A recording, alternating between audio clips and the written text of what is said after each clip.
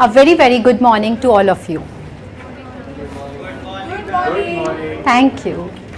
So, it's the third time that I'm coming to JIMS Kalkaji and it feels like home. Third time in this year, yeah. So, I'm truly honored and humbled to be here today. I'm grateful to Dr. Amit and Dr. Anuj for inviting me here today to share my story. TEDx JIMS Kalkaji Women. Her health, her story, voices that heals.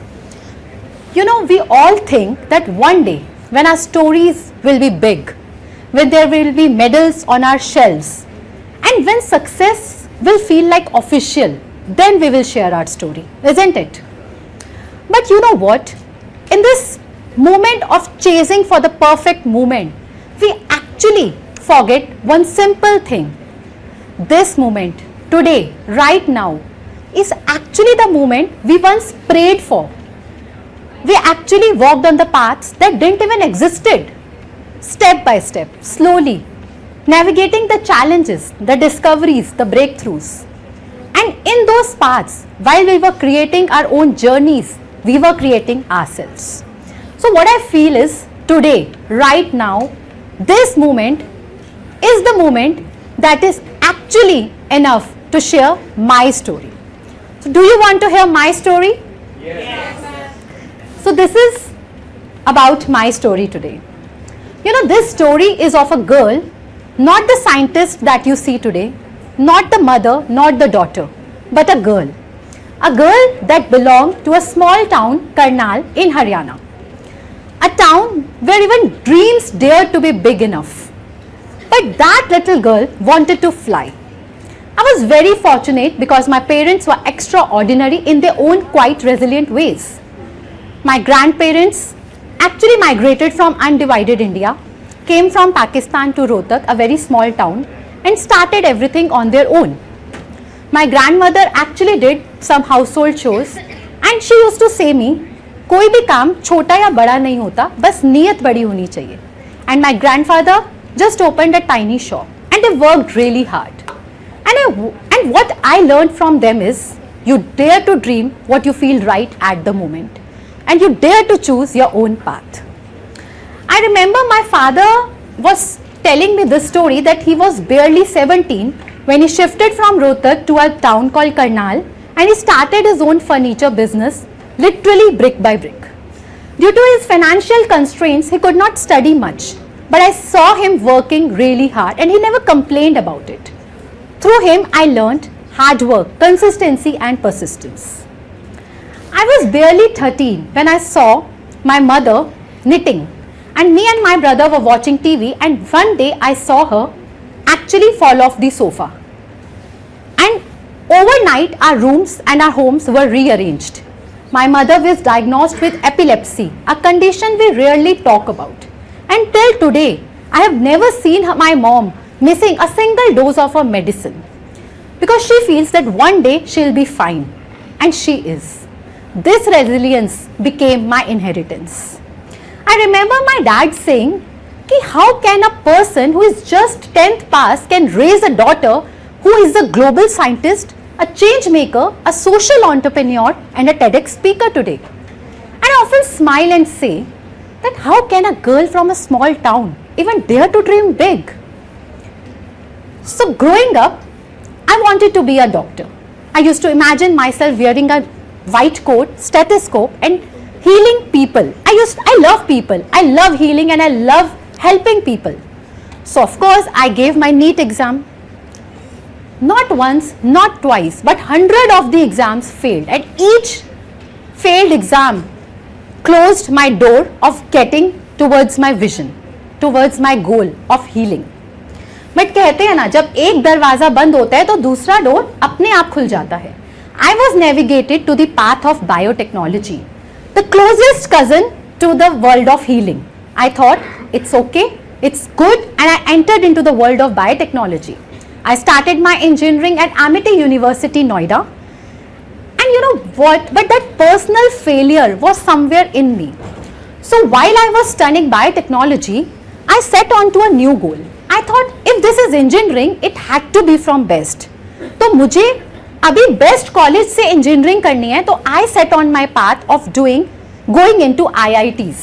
I thought, I used to believe, feel and visualize IIT doors every day. Of course, I gave my GATE exam. The result? No, rejection and failure again. What I thought was, in all these failures, there was something else that was growing in my life. In Amity, I met Saksham, my friend, who became closer than my friend and now my husband. And somewhere I was thinking, if I have not gone to Amity, I would have never met Saksham. If I had not done biotechnology, I would have never known the science that heals silently, deeply and powerfully. The science of biotechnology. So yes, then after that, life navigated me to a new city. This was the pink city, Jaipur. This was Saksham's own home city and somewhere it was my calling too. I went there, I got my admission into MNIT Jaipur and I enrolled for MTech in Environmental Engineering. And for the first time, I was actually feeling very, very light, very beautiful and my life was in the flow. I liked the subject, I liked the intricacies of nature, environment and somehow I thought this is exactly where I wanted to be. I had friends, I was having fun and just that, like everybody, every student had a dream of getting placements after your engineering. There was this day when I had 2 offer letters. 2 offer letters in my hand. Can you believe that? Okay, so this offer letter was from a government job. It was a job of a JEE at Rajasthan State Pollution Control Board. Respectable, stable, secure job. I mean, who else would not want that? And the second offer letter was a PhD position at IIT Roorkee. Can you just think of what would I have chosen? Anybody? 99% of the people that I asked said, of course go for government job, what are you even thinking? But there was this one voice that said, go where your heart feels alive. Jobs can come later, IIT won't. That voice was of Saksham. I folded my government job offer letter, put it in my pocket and went to IIT Roorkee. That place felt like home. And by that time, me and Saksham were already married. So now if you think my honeymoon was on beaches and mountains, no. It was along sewer lines, laboratories and crap. Yeah, my PhD was not actually glamorous. It was on crap, toilets, sewage water, endless laboratory experiments. I lost my engagement ring in a worm-filled filter where I was dealing with toilet water. So yeah, but I was happy. I was really happy. That's also the place where I met my best friend Sanya. If not IIT, I would not be possibly here today. But yeah, when my PhD was going really beautiful, my data was flowing freely, I was about to submit my research paper, I got a call. My PhD supervisor, who was battling cancer, is no more. Yeah, I lost my PhD supervisor. Okay, that time I actually thought life is fragile. And that's why my work now on health and environment is truly important. So yes, after completing my PhD, I came back to my institute. I joined the institute with the expanded vision and more dreams. Now as a scientist, I wanted to expand my innovation, expand my research, and I applied for Biotechnology Ignition Grant, which gives 50 lakhs funding to young researcher to expand your technology. Endless preparations, 2 interviews, lot of studies. The answer came in, your technology is not innovative enough, rejected. The simple line. You know, I googled the word innovation 50 times that day. Innovation? The technology that I literally started on my own, through my own hands, one by one, tab by tab, brick by brick. Not innovation? I don't know what innovation is. But yes, by this time, me and Saksham also decided to start our family. So we had our boy Suyansh and we were very happy. I was enjoying my motherhood, but that's the next TEDx topic might be that I would like to tell you. But yes, this time I also understood that I need to do something and I was surely going on paths that are still, yet to explore. So then COVID happened. And as a curious scientist, I was just scrolling through some of the research paper and I got attention on one of the studies. Now this study was from some researchers in UK and Europe, and they were finding coronavirus, COVID virus in sewage sample, and they were using this data to give it to the government, and government was using it as a tool for early epidemic prediction. Now imagine you have COVID-19, you will get symptoms, but you might not get symptoms. So the entire country will have to go to lockdown, or entire city. But through this tool, we can predict the coronavirus early through sewage, because you might get symptoms or you not, but your toilet and your sewage will speak volumes about it. So I asked my mentors, they hesitated. I asked my students, they were unsure. And that time I remember what I learned from my grandparents. You dare to walk on the path, you dare to choose your own path. I put on my lab coat. I still remember on 4th May 2020, I went to the field and started collecting sewage samples. Sewage was my thing. I thought I will do it. I've always learnt about it. I came back with 6 samples. 6 days, non-stop experiments, almost all the methodologies that were available on the research I did, none of them actually worked. But one fine day, on the 6th day, we saw a little bit of tiny COVID-19 virus in one of the sample. That sample was from SMS Hospital, Jaipur. That gave us hope, because at that time all the patients were actually residing in that hospital. We again went back to the field, we collected more samples, we tested our hypothesis, and in 1.5 months, we published our research paper. The next morning I woke up, I saw a news. Indian scientists found coronavirus for the first time. We were all in the news. Our work was featured in some of the reputed Nature magazine. We got calls. And there was one call I remember from a scientist in Nagpur. He was from SIMS, and he was on a call and he said, Dr. Arora, your work is incredible. Can we work together? I said yes. In next few months, we designed a project. We sent it to University of Nottingham, and the next day I read, congratulations, your proposal has been accepted by Global Challenges Research Fund. Thank you. In University of Nottingham. So all this while, when the national doors were closing on me, there was this international grant that saw my work, and I was very happy, and the scientist in me was dancing and happy, and I thought, now at least my work is going places. We were on the global maps.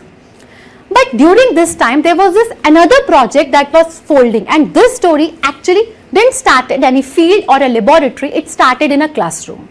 So I'm very passionate about teaching. I was teaching a group of students about waste management, and I was telling them, घर से कचरा निकलता है, वो segregate होता है, it goes to a transfer station, and there are gravity tube system and material recovery, all of that. And one student like you stood up and he challenged me. He said, ma'am, whatever you're teaching is wrong. And I said, how can you say that?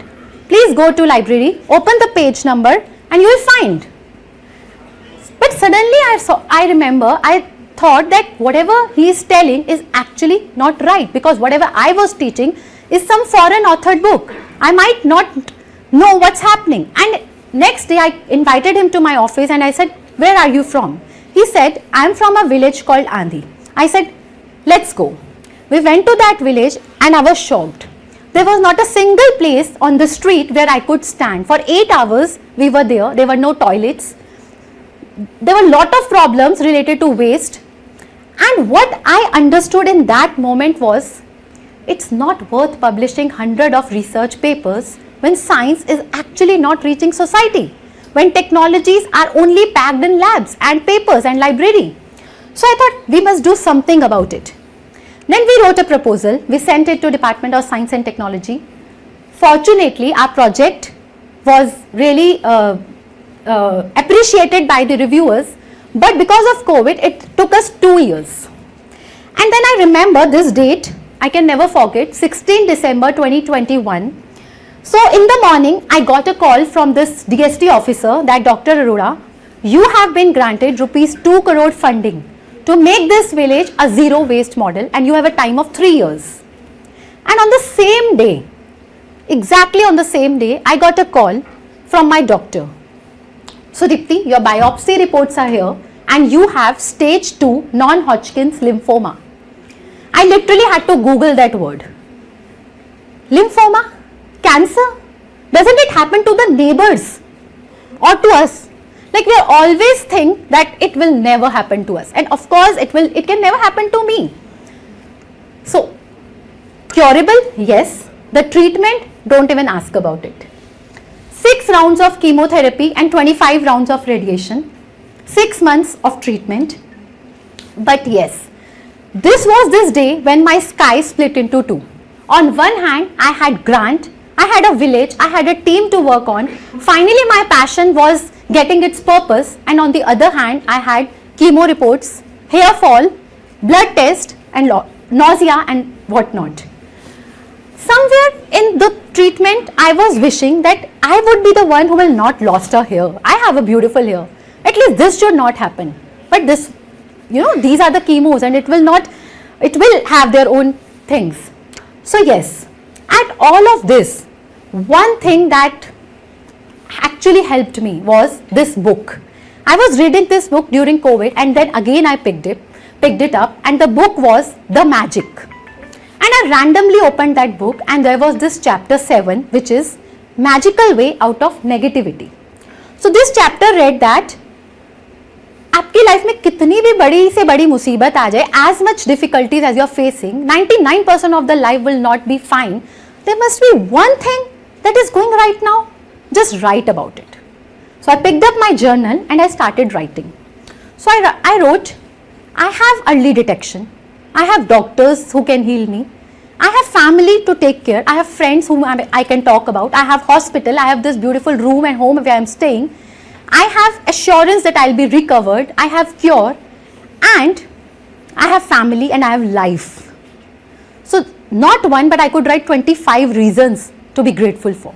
And that gratitude became my anchor, became my medicine. Every day I used to write things that I'm really, really grateful for. And so not even chemos or radiations could, do anything about me. So as now I recall that, all of this, everything that was happening to me was for me, not to me. Then moving ahead, I remember once, actually after my recovery, I was all fine, and we planned a short trip to Goa to celebrate our 10th wedding anniversary. So just before I was packing, I just randomly opened my email just out of curiosity, ab habit, and I saw IWA Grundfos Youth Action for SDG 6 Fellowship. Okay, so this read that last date is 25th November and today was 21st. Okay, the age criteria is 35. I was 34 that time. 12 candidates will be selected across the globe, and one from India. One from India, and I put back my laptop and I went again to packing. But somewhere, this feeling that I had, because when I was going through cancer, I read it somewhere that in the universe, there is no reason for cancer otherwise, but in the universe, there is this lucky draw, and you're randomly, you got selected. That is how cancer works, what I feel. It was not genetic, it was not lifestyle, but maybe I was picked. So I thought, why not? Maybe I would be picked here also. That was the thought, and I just picked my laptop and went to Goa. On the second day of our trip, I asked my husband, can I please work for few hours? I really need to apply. He said, okay. So I, for straight 6 hours, I was working on my application, and just before time, on the last date, I just clicked the submitted button. Next 7 days, I had some interviews, and on 16th December 2022, so just 1 year, exactly 1 year after this, I got this email. Congratulations, Dr. Sudipti. You have been selected as one of the 12 IWA Grundfos Fellowship, and as a result, you will be traveling 5 countries: London, Denmark, Canada, Kigali, and New York, Dream City. I have to be there at UN headquarters representing my country for my work. That was how I was picked. Thank you. So at this moment, what I found at that, whatever was happening to me was actually making me go towards the path that was meant to be. So in this journey, I learned 6 lessons and I want to share with all of you. First, failure is not the end, it is the bend. Success never taught me, but failure always made me do wherever I was supposed to go. Second, gratitude is your greatest strength. Even in the darkest of moments, that flicker of light, find it, write about it, thanks it, because gratitude turns pain into purpose. Third, manifestation is real. What you visualize expand. What you write, what you see, what you manifest actually comes to you in the most miraculous way you can not even imagine for. Fourth, miracles happen when you let go. So do not hold them tight and just surrender it to the universe.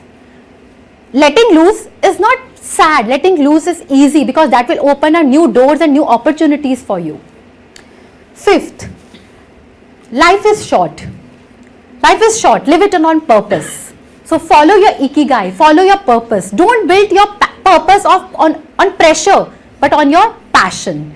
So, and that is why today a girl that failed NEET, a girl that couldn't clear GATE, a girl that actually was rejected more times than I could count, a girl with biopsy reports and chemotherapy and hospital, today is a global scientist, a social entrepreneur, a change maker, have recently received award by the royal families of Jaipur and have written